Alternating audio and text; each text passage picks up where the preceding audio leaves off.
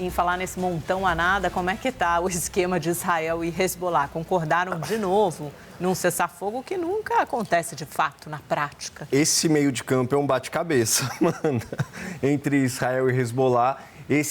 Essa frente da guerra é a que está impedindo, nesse momento, a implementação dos termos do memorando de entendimento que Irã e Estados Unidos assinaram, porque a primeira cláusula, o primeiro dos 14 pontos diz: a partir da assinatura, a guerra termina em todas as frentes, e aí citado textualmente, inclusive no Líbano, coisa que não aconteceu desde que esse acordo foi anunciado.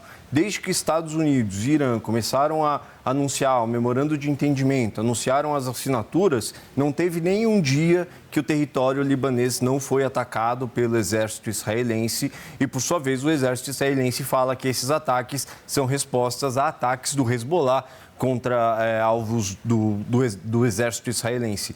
Mas o Hezbollah considera que a presença de tropas israelenses dentro do território libanês por si só é uma agressão. Então, enquanto Israel não retirar as forças do sul do Líbano, vai ficar muito difícil esse acordo avançar, coisa que o primeiro-ministro Benjamin Netanyahu falou ontem, não vai fazer. Ele não vai tirar, por enquanto, as forças dele do Líbano, porque considera que a presença delas lá é indispensável para a segurança israelense. Ele faz uma espécie de um bloqueio ali, porque uma zona de zona buffer, tampão, né? Uma como zona eles tampão, chamam. exatamente. Estava tentando lembrar o termo, exatamente isso, zona tampão. E não só no Líbano, também na Síria, na faixa de Gaza, várias outras ocupações israelenses.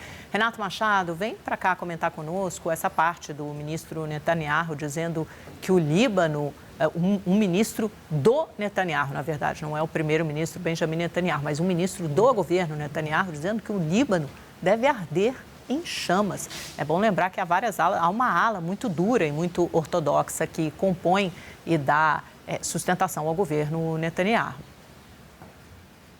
Olá, Amanda, tudo bem? Olá, Cássio, a todos que nos acompanham. É isso mesmo, Amanda. O ministro Itamar Ben-Gvir, que é o ministro da Segurança Interna, ele vem sendo uma das vozes mais radicais dentro do governo de Benjamin Netanyahu. Ele sempre faz postagens bem fortes.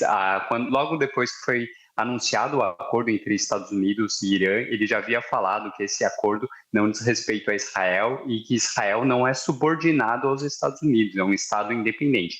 E agora ele fez essa postagem bem dura, falando que para cada lágrima israelense, 1.000 lágrimas libanesas vão correr. E terminou com essa frase que você mencionou, que Líbano vai arder em chamas, e que sinalizou que é assim que tem que ser a política israelense no Oriente Médio. Falou que não apenas com o Líbano, não citou outros países, mas falou, é assim que tem que ser a política israelense no Oriente Médio. Ele não é a única voz radical, o ministro da Fazenda também tem uma posição bem radical, principalmente em relação aos assentamentos israelenses, mas outros ministros que são considerados mais moderados também não querem saber de acordo de paz, afirmam que Israel tem o direito de se defender. Você citou a postagem e o Acácio também, Benjamin Netanyahu ontem. Hoje ele voltou a repetir que o Israel não vai se retirar da zona do sul do Líbano, essa zona tampão, essa zona de segurança.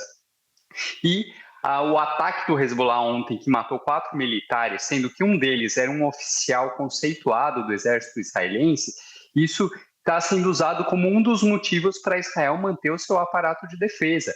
O Benjamin Netanyahu fez uma postagem em relação a isso, louvando toda a atuação desse militar. O Israel Katz, que é o ministro da Defesa, fez uma postagem na mesma linha, louvando o militar e falando que enquanto as IDFs, né, as Forças de Defesa de Israel, estiverem em perigo, enquanto os assentamentos ao norte de Israel estiverem em perigo, eles não podem se retirar de forma alguma dessa zona tampão. Ou seja, Israel, mais uma vez, segue sendo o grande entrave para o avanço do acordo. E lembrando que hoje haveria uma reunião aqui na Suíça, perto da região de Lucerna, entre Estados Unidos e Irã, e essa reunião foi adiada, foi cancelada justamente por causa das ações de Israel.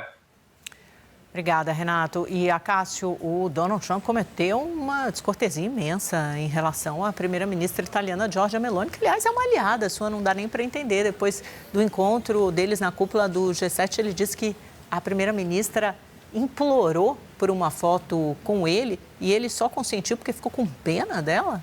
E assim, essa declaração foi dada para uma TV italiana.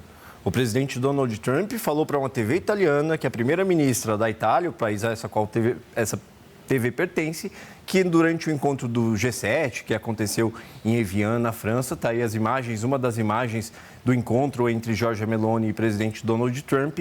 Donald Trump falou, a Giorgia Meloni tirou uma foto, eu não queria, implorou para tirar uma foto, eu não queria tirar essa foto e só tirei porque fiquei com dó, como a Amanda falou. Isso não agradou nada à primeira-ministra Giorgia Meloni, que respondeu e disse que essas declarações são totalmente inventadas. Chamou o presidente Donald Trump. Eles estão num longo papo aí, né? Os dois sentadinhos no sofá, exatamente, um tempão nessa prosa. E esse é o vídeo em que ela fala que essas declarações de Donald Trump são inventadas e ainda fala que o presidente Donald Trump, isso não é a primeira vez que acontece, ela não lembra, mas para citar quem está nos assistindo, dá para dizer, por exemplo, de quando o Donald Trump vazou mensagens que ele recebeu do Emmanuel Macron. Então, Donald Trump reincidentemente comete algumas gafes, não sei nem se dá para chamar isso de gafe, né? Uma gafe diplomática. E agora ela falou, inclusive, o presidente Donald Trump devia mostrar para os aliados o mesmo respeito que eles mostram para os inimigos, para as pessoas que são rivais dele. Porque hoje o presidente Donald Trump trata os rivais com mais deferência e mais decoro do que ele trata os aliados ocidentais. Ele trata o Putin e o Vladimir Putin e o Xi Jinping certamente com mais decoro e mais educação. Ele não tem... De todas essas declarações sem educações que ele faz, principalmente na rede social dele, ele nunca foi sem educação com o Putin, ele nunca foi sem educação com os líderes que são mais duros.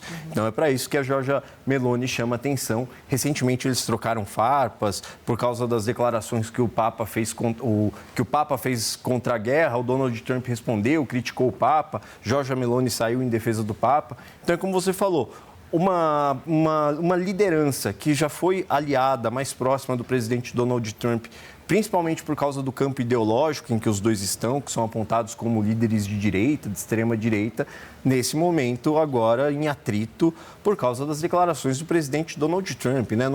Não é nem um ruído diplomático, não é algo assim, é o presidente Donald Trump falando... É isso, e o vice-primeiro-ministro italiano que ia para os Estados Unidos cancelou a viagem.